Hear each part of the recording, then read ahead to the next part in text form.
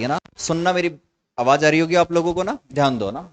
देखिएगा, पिछली जो क्लास हुई थी अपनी, उस पिछली क्लास के अंदर हमने एक टॉपिक स्टार्ट किया था, और वो टॉपिक था हमारा कृष्णिका। कृष्णिका के बारे में मैंने ये बताया था कि एक ऐसी वस्तु जो अपने पृष्ठ पर आपतित सभी वेवलेंथ की विकिरणों को क्या करे, अवशोषित करे। अब जैसे ही वस्तु विकिरण को अवशोषित करेगी तो उसका टेम्परेचर बढ़ जाएगा, और हाई टेम्परेचर पर वो क्या करे, उन्हीं विकिरणों को उत्सर्जित कर दे। तो ऐसी वस्तु को अपन क्या बोलते हैं, कृष्णिका कहते हैं। ठीक है।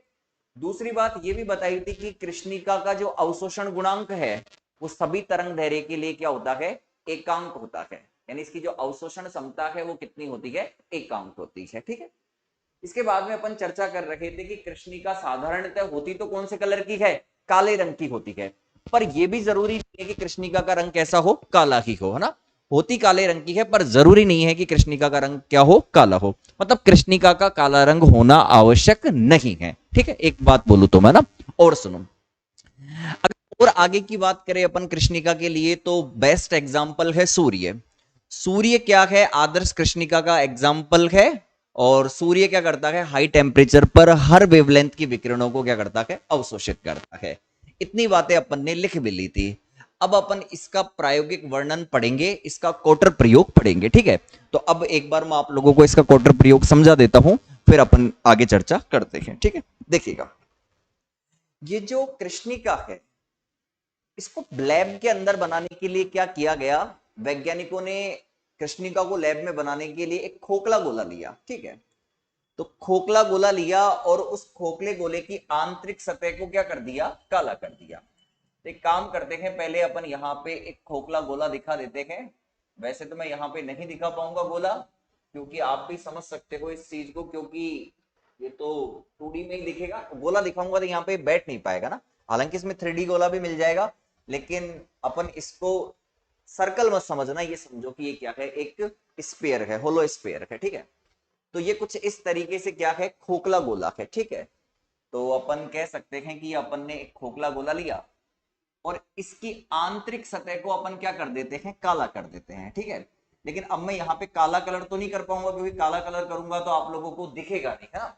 तो मैं काम करता हूं, काले कलर की जगह मैं यहाँ पे कुछ ब्लू टाइप का सा कलर कर देता हूं ना। लेकिन आप मानना ये कैसा कलर है, ब्लैक है ना। मान लेना इसकी आंतरिक सतह को मैंने कैसा किया है, काला। ठीक है। अब ये है नहीं, क्योंकि ये ब्लैक बोर्ड, ये सॉरी, इसका जो यहाँ पे मैंने पीछे का बैकग्राउंड लिया है वो ब्लैक लिया है ना। अब ब्लैक पे ब्लैक चलाऊंगा तो ब्लैक नहीं दिखेगा। ठीक है। तो इस वजह से मैं क्या कर रहा हूं, यहाँ पे ब्लू से दिखा रहा हूं, लेकिन आपको क्या मानना है कि ये काली सतह है। तो क्या किया, एक खोखला गोला लिया और उस खोखले गोले की आंतरिक सतह को क्या कर दिया, काला कर दिया। उस खोखले गोले की आंतरिक सतह को क्या कर दिया, काला कर दिया। ठीक है। इस तरीके से उसकी आंतरिक सतह को क्या कर दिया गया है, काला कर दिया गया है। ठीक है भाई, ये इसकी आंतरिक सतह को काला कर दिया। अब सुनो मेरी आगे की बात। ये तो आंतरिक सतह क्या हो गई, काली हो गई। आगे चलते हैं, इस तरीके से दिखा देता हूं। ये आंतरिक सतह को हमने क्या कर दिया है, काला कर दिया है। ठीक है। चल,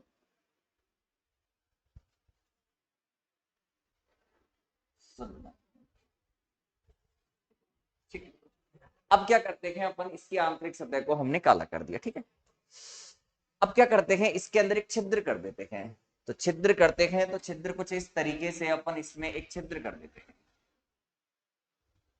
ये अपन ने एक छिद्र इसके अंदर, ये छिद्र अपन ने इसके अंदर कर दिया। ठीक है। तो मैं बोल देता हूं, ये क्या है, एक खोखला गोला है। तो ये है खोखला गोला। और इस खोखले गोले की आंतरिक सतह को अपन ने क्या किया है, काला किया है। हालांकि ब्लू से नजर आ रहा है, लेकिन आप क्या मान के चलो, काली सतह है।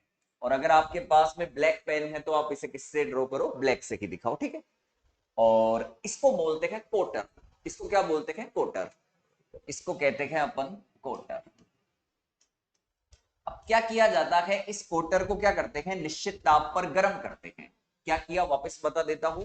एक खोखला गोला लिया और उस खोखले गोले की आंतरिक सतह को क्या कर दिया, काला कर दिया। ठीक है। आंतरिक सतह को काला कर दिया और इसमें एक छिद्र कर दिया, तो इसको क्या बोलते हैं अपन, कोटर कहते हैं। अब क्या किया जाता है, इस कोटर को निश्चित ताप पर गर्म किया जाता है। तो क्या करते हैं अपन, इसको निश्चित ताप पर गर्म करते हैं। तो नियत ताप पर गर्म करने पर, नियत ताप पर गर्म करने पर, अब अगर जब अपन इसको नियत ताप पर गर्म करते हैं तो उसके कारण क्या होता है, जैसे ही अपन इसको निश्चित ताप पर गर्म करते हैं तो इसकी आंतरिक सतह के जो परमाणु हैं या इलेक्ट्रॉन हैं वो क्या करते हैं, हीट एनर्जी लेते हैं। जैसे ही अपन इसको ऊष्मीय ऊर्जा देंगे तो इसकी आंतरिक सतह के जो परमाणु या इलेक्ट्रॉन होंगे वो क्या करेंगे, हीट एनर्जी लेंगे। और वो हीट एनर्जी लेकर क्या करते हैं, वाइब्रेट करते हैं। और वाइब्रेट करते हुए क्या करते हैं, विकिरणों को उत्सर्जित करते हैं। मेरी बात सुनना, क्या होता है, जैसे ही अपन इसको नियत ताप पर गर्म करते हैं तो इसकी आंतरिक सतह में जो उपस्थित इलेक्ट्रॉन होते हैं वो क्या करते हैं, हीट एनर्जी लेते हैं। और हीट एनर्जी लेकर वो वाइब्रेशन की स्टेट में आ जाते हैं और वाइब्रेट होते हुए क्या करते हैं, विकिरणों को उत्सर्जित करते हैं। अब वो विकिरणों को उत्सर्जित करते हैं तो वो विकिरणें क्या करती है, इसकी आंतरिक सतह से बार बार परावर्तित होती रहती है। और बार बार परावर्तित होकर जो अंत में इस छिद्र से बाहर जो विकिरण निकलती है उसको अपन क्या बोलते हैं, श्वेत विकिरण या कृष्णिका विकिरण कहते हैं। तो क्या किया, एक खोखला गोला लिया, उसकी आंतरिक सतह को काला कर दिया और इसमें एक छिद्र कर दिया जाता है। तो इसको क्या बोलते हैं, कोटर कहते हैं। अब इस कोटर को क्या करते हैं, अपन नियत ताप पर गर्म करते हैं। जैसे ही गर्म करेंगे तो इसकी आंतरिक सतह के जो परमाणु होंगे या इलेक्ट्रॉन होंगे वो क्या करते हैं, हीट एनर्जी लेते हैं। और हीट एनर्जी लेकर वो वाइब्रेट करने लगते हैं। और वाइब्रेट करते हुए क्या करते हैं, इलेक्ट्रोमैग्नेटिक रेडिएशन को क्या करते हैं, उत्सर्जित करते हैं। या फिर बोलूं तो विकिरणों को क्या करते हैं, उत्सर्जित करते हैं। अब वो विकिरणों को उत्सर्जित करते हैं तो वो विकिरण क्या करती है, इसकी आंतरिक सतह से बार बार परावर्तित होती रहती है। और बार बार परावर्तित होकर अंत में क्या होती है, इस छिद्र से बाहर निकल जाती है। और इस छिद्र से जो विकिरण बाहर निकलती है उसको अपन श्वेत विकिरण या कृष्णिका विकिरण कहते हैं। तो मैं ऐसे दिखाऊंगा यहां पे कि यहां से क्या होता है, इस तरीके से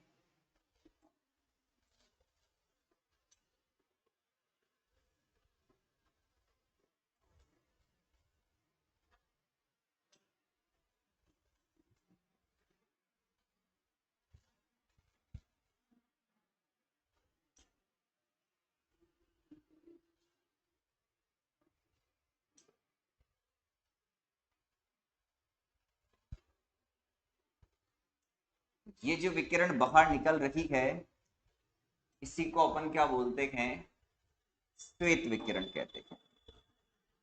ठीक है, श्वेत विकिरण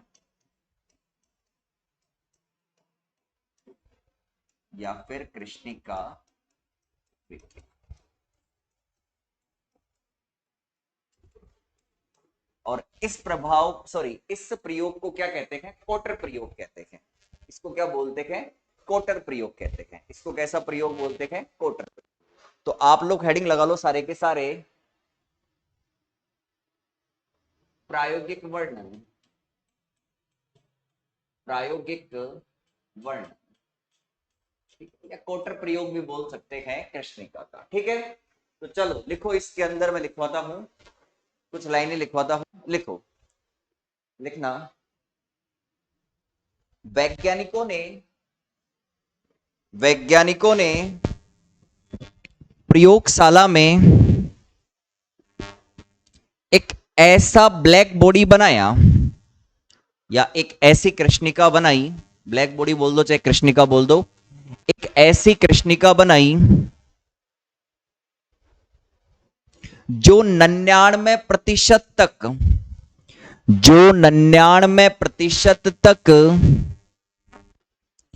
विकिरणों को अवशोषित करती है, जो 99% तक विकिरणों को अवशोषित करती है।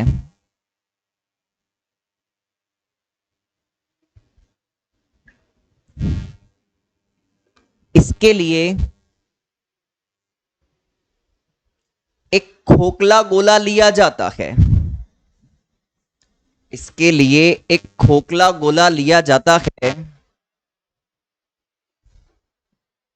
और उसकी आंतरिक सतह को काला कर दिया जाता है, और उसकी आंतरिक सतह को काला कर दिया जाता है,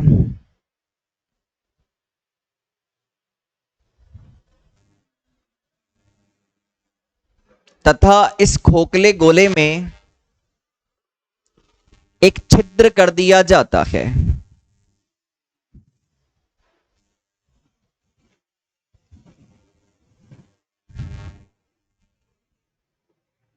इस अवस्था में इसे कोटर कहा जाता है। इस अवस्था में इसे कोटर कहा जाता है। इस अवस्था में इसे कोटर कहा जाता है। अवस्था में इसे कोटर कहा जाता है।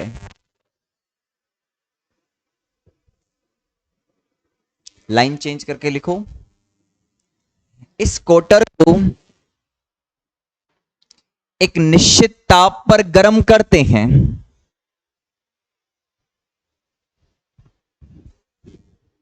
इस कोटर को एक निश्चित ताप पर गर्म करते हैं तो अंदर वाले परमाणु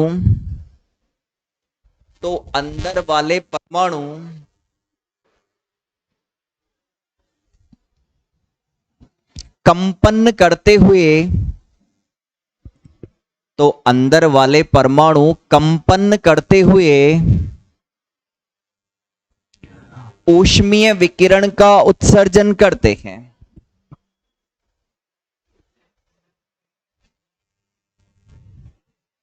ऊष्मीय विकिरण का उत्सर्जन करते हैं, या विद्युत चुंबकीय तरंग भी बोल सकते हो आप।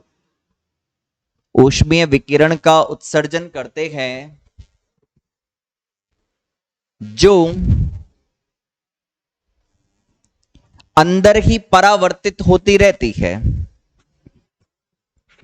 जो अंदर ही परावर्तित होती रहती है।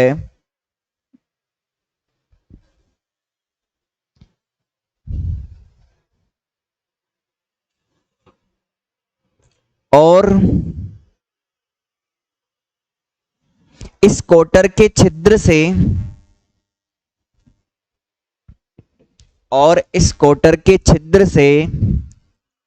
जो विकिरण बाहर निकलती है, उसमें सभी तरंग दैर्घ्य उपस्थित होती है। उसमें सभी तरंग दैर्घ्य उपस्थित होती है।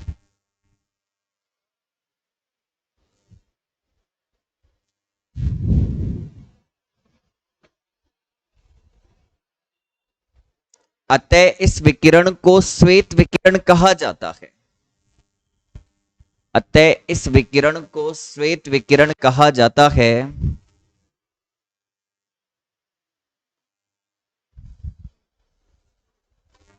इस विकिरण को श्वेत विकिरण कहा जाता है। इस अवस्था में कोटर का व्यवहार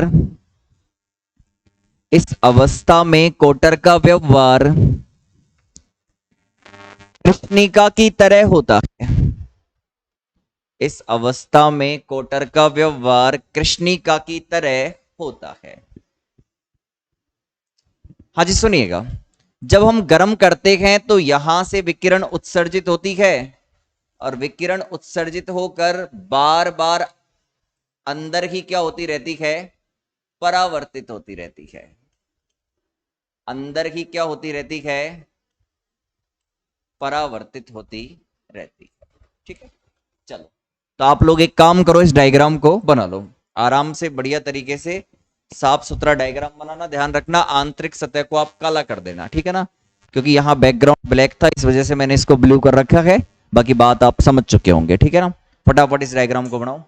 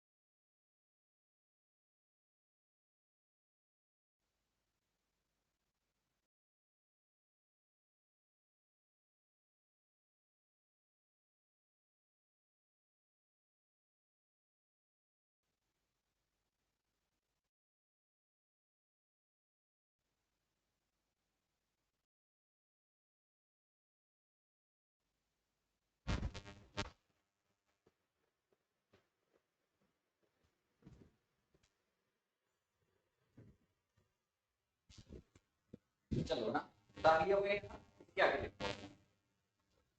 अब हम हेडिंग लगाते हैं कृष्णी का ऊर्जा वितरण वक्र।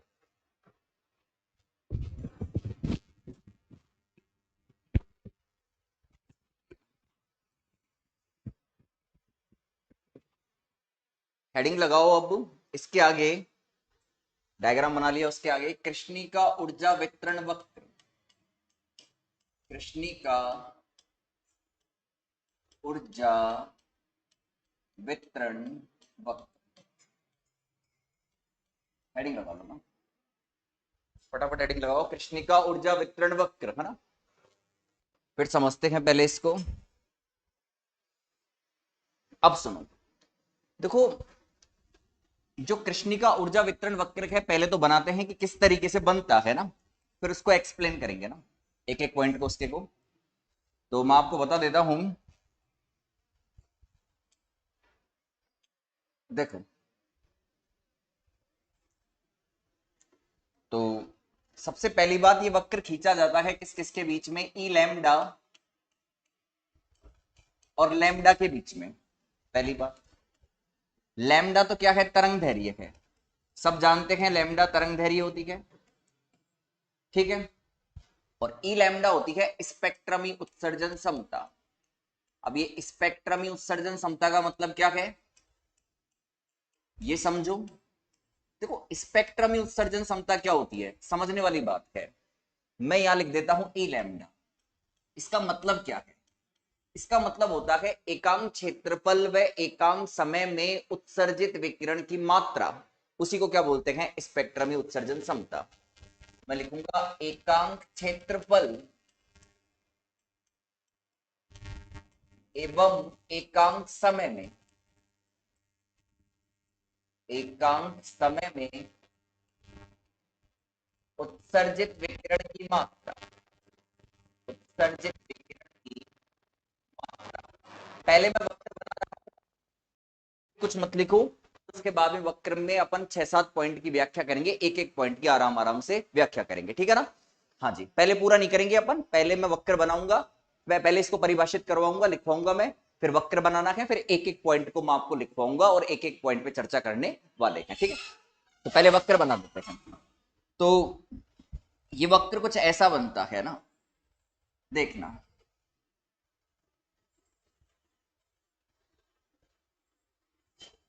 ठीक है, हाँ जी, सुनो। ये जो वक्र मैंने बनाया है, यहाँ पे 3 कर्व दिखा रखे हैं, ठीक है। ये डिफरेंट डिफरेंट टेम्परेचर पर हैं। जैसे मान लो पहला टेम्परेचर है T1 पर है, दूसरा T2 टेम्परेचर पर है, तीसरा T3 टेम्परेचर पर है। तो आप कह सकते हो कि T3 का मान T2 से ज्यादा है, T2 का मान T1 से ज्यादा है, पहली बात। दूसरी बात मैं ऐसे कहूं यहां पे कि इस वक्र के अंदर T3 का मान T2 से ज्यादा, T2 का मान T1 से ज्यादा, तो ये मान लगभग कितने होंगे। जैसे मान लो ये 750 केल्विन है, ये 1000 केल्विन हो गया, ये 1250 केल्विन हो गया, या फिर ऐसे ले लो, ये 1000 है, ये 1500 है, ये 1800 केल्विन है। तो कुछ ऐसे अपन डेटा यहां यूज कर सकते हैं, ठीक है। दूसरी बात, ये जो वक्र है, इसके अंदर एक काम की चीज आपको ध्यान रखनी है, वो क्या है, वो मैं दिखा देता हूं। वो ये है, जो आपको नजर आ गया होगा,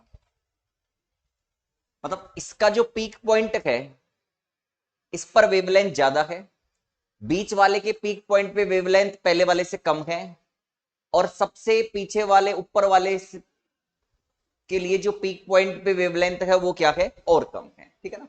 तो ये ऐसे है, मतलब जैसे जैसे टेम्परेचर बढ़ता है वैसे वैसे मैक्सिमम पॉइंट से संबंधित जो तरंग दैर्घ्य होती है वो अपने कम मान की और क्या हो रही है, शिफ्ट हो रही है। दिख रही होगी डॉट डॉट लाइन आप लोगों को, ठीक है। तो ये इस नेचर का वक्र इसके अंदर क्या होता है, बनता है, ठीक है। तो आप ये वक्र बनाना है, पहले तो पहले मैं लाइन लिखवाऊंगा, फिर ये वक्र, फिर इसकी एक एक पॉइंट को अपन ढंग से क्या करेंगे, एक्सप्लेन करेंगे। तो पहले आप परिभाषा लिख लो ना, पहले मैं परिभाषा लिखवाता हूं ना। आप लोग हेडिंग लगाओ कृष्णी का वितरण वक्र, तो इसकी परिभाषा लिख लेना। लिखना कृष्णिका से उत्सर्जित, कृष्णिका से उत्सर्जित विकिरणों के लिए प्राप्त वक्र को, कृष्णिका से उत्सर्जित विकिरणों के लिए प्राप्त वक्र को कृष्णिका ऊर्जा वितरण वक्र कहते हैं। कृष्णिका ऊर्जा वितरण वक्र कहते हैं। कृष्णिका ऊर्जा वितरण वक्र कहते हैं। लाइन पैराग्राफ चेंज करके लिखना। एकांक क्षेत्रफल व एकांक समय में, एकांक क्षेत्रफल व एकांक समय में उत्सर्जित विकिरण की मात्रा,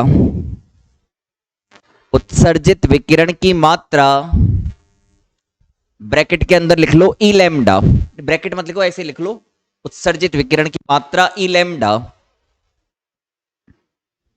और तरंग धैर्य लैम्डा, और तरंग धैर्य लैम्डा के मध्य खींचा गया वक्र, के मध्य खींचा गया वक्र कृष्णिका ऊर्जा वितरण वक्र कहलाता है। कृष्णिका ऊर्जा वितरण वक्र कहलाता है। कृष्णिका ऊर्जा वितरण वक्र कहलाता है। चलो एक बार आप लोग इस वक्र को बना लो, है ना, फिर इसके एक एक पॉइंट को अपन पहले समझाएंगे और फिर लिखवाएंगे, ठीक है ना, जिससे आसान रहेगा समझने के अंदर। ठीक है, हाँ जी, फटाफट इस वक्र को बना लो। ये वक्र बनाओ, ढंग से बनाना, वक्र गलत मत बनाना। और इसके पास में ये जरूर लिख लेना ना, ई लैम्डा है स्पेक्ट्रम में उत्सर्जन क्षमता, और उसके बारे में भी मैंने लिख दिया है। इसका मतलब है एकांक क्षेत्रफल व एकांक समय में उत्सर्जित विकिरण की मात्रा।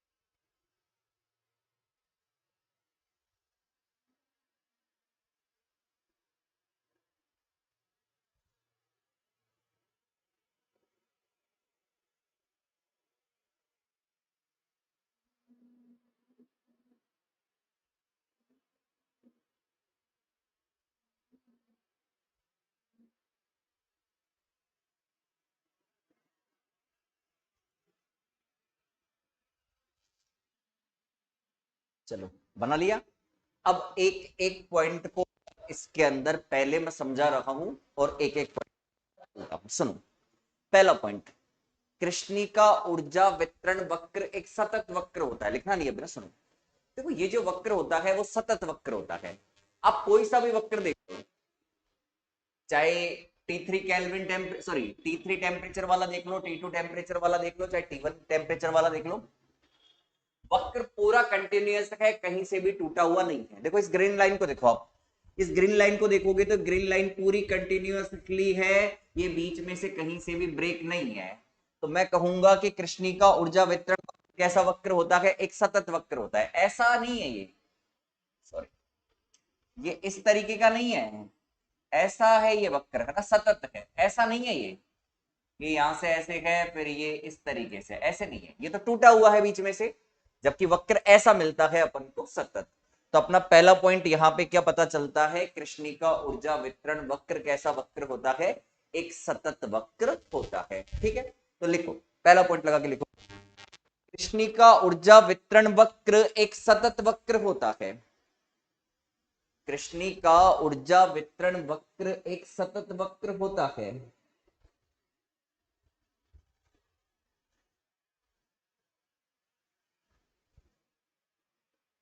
हाँ जी, सेकंड पॉइंट सुनना, कोई सा भी टेम्परेचर देख लो आप, चाहे T1 टेम्परेचर देख लो, चाहे T2 टेम्परेचर, टेम्परेचर देख लो, पहले आप वेवलेंथ बढ़ाते हो तो ई लैम्डा बढ़ता है, फिर किसी एक निश्चित वेवलेंथ पर ई लैम्डा मैक्सिमम होता है, और फिर उसके बाद में ई लैम्डा क्या होता जाता है, कम होता जाता है। तो मैं कह सकता हूं कि एक निश्चित ताप पर लैम्डा बढ़ने से ई लैम्डा बढ़ता है पहले तो, फिर अधिकतम होता है, और उसके पश्चात क्या होता है, कम होता जाता है। ठीक है, जो वक्र के अंदर हमें पता चल रहा है। तो आप लोग सेकंड पॉइंट लिखो, मैं लिखवाता हूं, एक निश्चित पर, एक निश्चित ताप पर लैम्डा के बढ़ने से, एक निश्चित ताप पर लैम्डा के बढ़ने से पहले ई लैम्डा बढ़ता है, पहले ई लैम्डा बढ़ता है,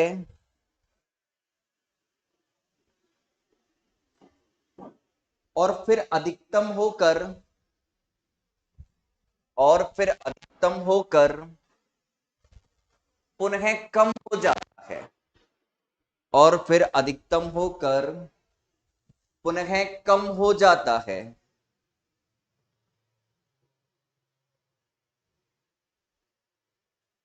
और फिर अधिकतम होकर पुनः कम हो जाता है।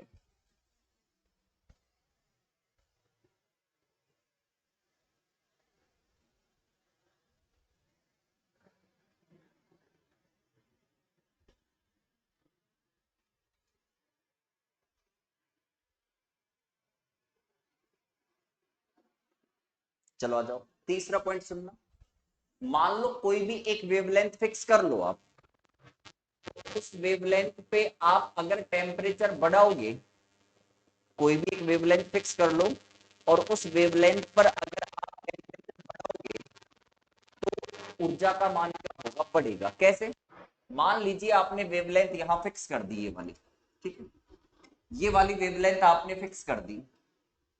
अब इस वेवलेंथ पर आप चेक करोगे तो T1 टेम्परेचर वाला वक्र का एनर्जी यहां पे है, ठीक है।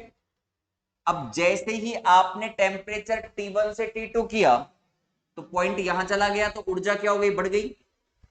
और फिर जैसे ही आपने यहां पर टेम्परेचर T3 किया, तो ऊर्जा क्या हो गई, और बढ़ गई। तो आप कह सकते हो कि एक निश्चित तरंग दैर्ध्य पर ताप बढ़ने से ऊर्जा का मान क्या होता है, बढ़ता है। ठीक है, एक निश्चित तरंग दैर्ध्य पर ताप बढ़ने से ऊर्जा का मान क्या होता है, बढ़ता है। ठीक है, चलो लिखो तीसरा पॉइंट, एक निश्चित तरंग दैर्ध्य पर ताप बढ़ाने पर ऊर्जा का मान बढ़ता है। एक निश्चित तरंग दैर्ध्य पर ताप बढ़ाने पर ऊर्जा का मान बढ़ता है।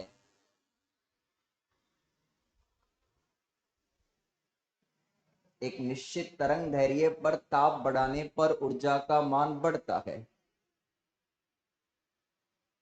और सुनो, देखो अगला पॉइंट समझना, जैसे जैसे ताप बढ़ रहा है, जैसे जैसे ताप बढ़ रहा है, तो अधिकतम ऊर्जा वाला जो बिंदु है वो कम तरंग दैर्ध्य की तरफ जा रहा है। कैसे, T1 टेम्परेचर पर अधिकतम ऊर्जा वाला बिंदु ये रहा, ठीक, और उसकी वेवलेंथ ये रही, जैसे टेम्परेचर बढ़ाया तो मैक्सिमम ऊर्जा ये रही और उसकी वेवलेंथ ये रही, तो वेवलेंथ क्या हो गई, कम हो गई।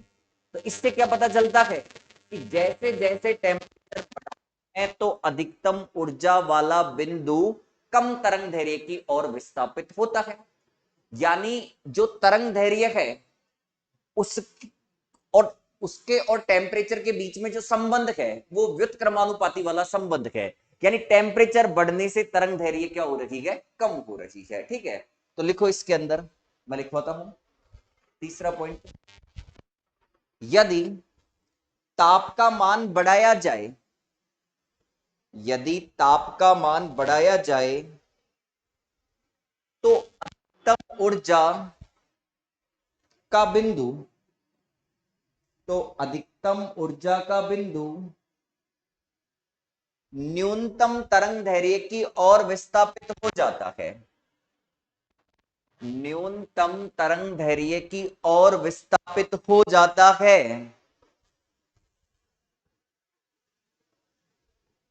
जो इस बात को प्रदर्शित करता है कि, जो इस बात को प्रदर्शित करता है कि, जो इस बात को प्रदर्शित करता है कि ताप के बढ़ने से तरंग दैर्घ्य का मान कम होगा, ताप के बढ़ने से तरंग दैर्घ्य का मान कम होगा। यानी आप कह सकते हो कि जो लैम्डा है वो ताप के व्युत्क्रमानुपाती हो गया। इक्वल करते हैं तो बी, एक बीन कांस्टेंट होता है बी, है ना, तो बी क्या है यहां पे, बीन नियतांक, और इसका जो वैल्यू है वो डायरेक्ट याद होना चाहिए आप लोगों को, 2.898 इंटू 10 की पावर -3 मीटर केल्विन। ठीक है, चलो, और इसे बोलते हैं वीन का नियम, वीन का नियम, या वीन विस्थापन का नियम भी बोल सकते हो। ठीक है, या फिर आप ऐसे बोल दो वीन का विस्थापन नियम, वीन का विस्थापन नियम। उतार लो ऐसे कैसे, ये वीन कांस्टेंट की वैल्यू ध्यान रखना, कुछ न्यूमेरिकल करेंगे उसमें काम आएगी, है ना, न्यूमेरिकल में डायरेक्ट काम आ जाएगी अपने।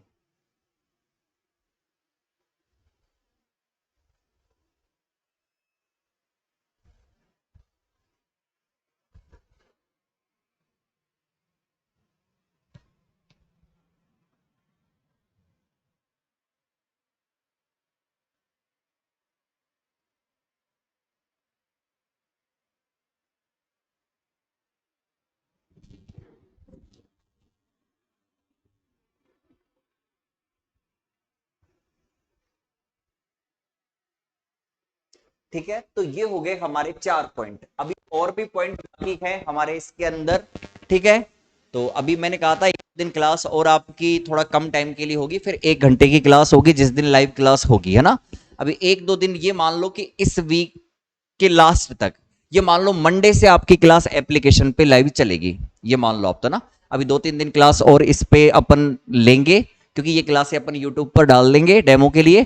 फिर इसके बाद में अपनी क्लास किस पे रेगुलर करेंगे, अपन एप्लीकेशन पर ही क्या करेंगे, एक पर्टिकुलर टाइम आपको दे दिया जाएगा जिस टाइम पे क्या होगी, वो क्लास लाइव होगी। ठीक है, अब वो चाहे सुबह 5:30 से 6:30 हो, चाहे वो शाम को 4 से 5 हो, जो भी टाइम होगा, वो जैसा भी टाइम सुटेबल होगा आप लोगों का, उस टाइम के अनुसार अपन उस क्लास को ले लेंगे। ठीक है, अभी ये पूरा नहीं हुआ है, केवल इसमें 4 पॉइंट ही समझाए हैं, अभी 3 पॉइंट और बाकी है। फिर इसके बाद में अपन समझेंगे कि आखिरकार क्लासिकल फिजिक्स इसको समझाने में क्यों असफल रही, फिर किस तरीके से क्वांटम यांत्रिकी से इसको समझाया गया, है ना। ठीक है, तो मैं क्या कह रहा हूं कि अभी ये पूरा नहीं हुआ है, बाकी है। ठीक है ना, एक बात तो ध्यान रखना, और सैटरडे तक आपकी क्लास ये मान लो यूट्यूब पर या फिर मैं लिंक के थ्रू दूंगा, फिर इसके बाद में आपकी मंडे से क्लास क्या होगी, लाइव चलेगी। ठीक है, जब तक के लिए पढ़ते रहो, आज के लिए इतना ही, मिलते हैं नेक्स्ट क्लास के अंदर। ठीक है।